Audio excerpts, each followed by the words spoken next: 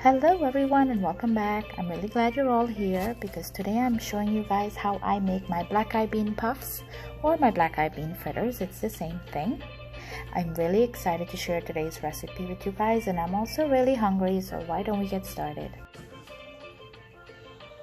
So the first thing to do is soak these black eyed peas in water and some salt.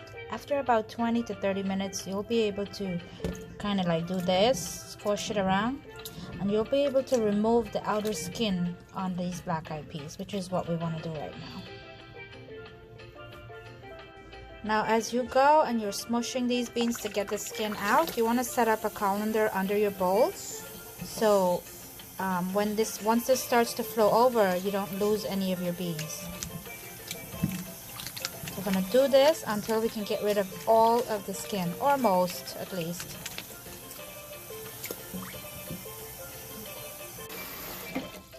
Now I'm a one-woman show today, but this is just to show you guys how easy it is to take it out.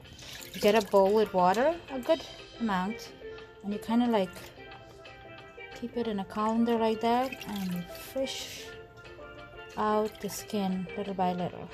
So it's not as hard as, you know, it seems. Just takes a little bit of effort here.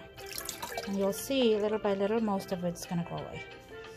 Okay, and all the others will just fall out of the colander into the bowl. And we're going to continue to do this until we get most of those skins out. If you have a little bit left back, it's fine. It's a pretty good trick, right? These are some of the things I picked up along the way working in restaurants, which I'm so happy to share with you guys.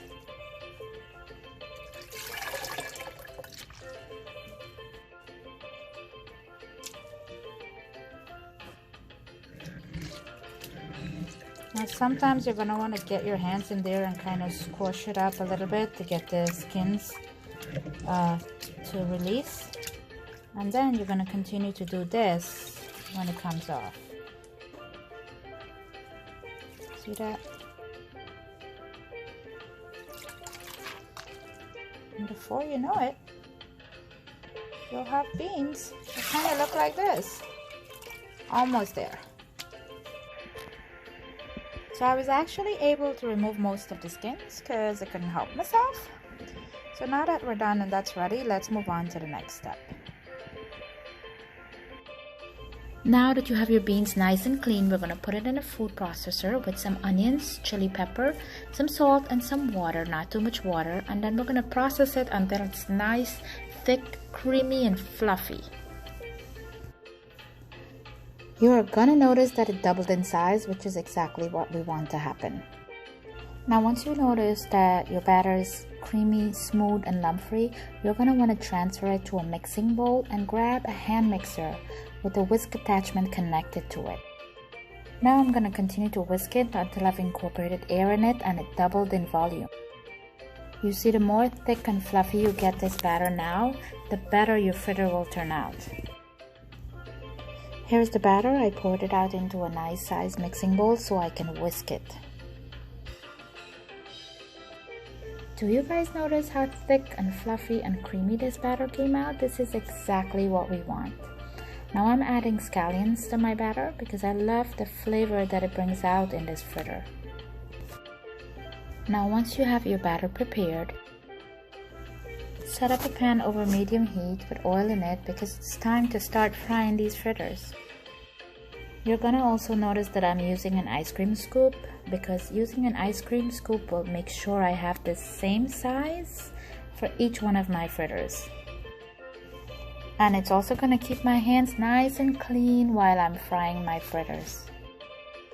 Before you start frying, set up a pan or a tray lined with paper towel or parchment paper so you can drain your fritters as you fry them. Once your oil is nice and hot, start dropping in your fritters 4 to 5, maybe 6 pieces at a time, depending on the size of the pan that you're using. Remember not to overcrowd the pan because if you overcrowd the pan, your fritters will turn out soft and soggy instead of nice and soft and spongy inside and golden brown and crispy outside, which is exactly what you want. I have a lot more to fry because I made a big batch. I do have to make a big batch every time I make it because they seem to go so fast in my house. So I'm gonna continue frying until it's all done. I like to serve my fritters with mango sour. You can also serve it with chutneys or pepper sauce, or my kids like it with Chick-fil-A sauce, so you can also do that if you like. I just want you guys to be able to see how soft and fluffy the texture is, like spongy inside and golden brown outside. This thing is such a treat and so delicious. I hope you guys give it a try.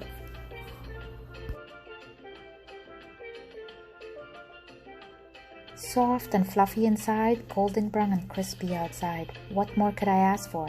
I hope you guys enjoyed looking at the recipe in this video today and you're inspired to try it. If so, please leave me a nice big fat fluffy thumbs up and subscribe to the channel so you're able to see when I come out with new videos. Thank you guys so much for watching and see you next time.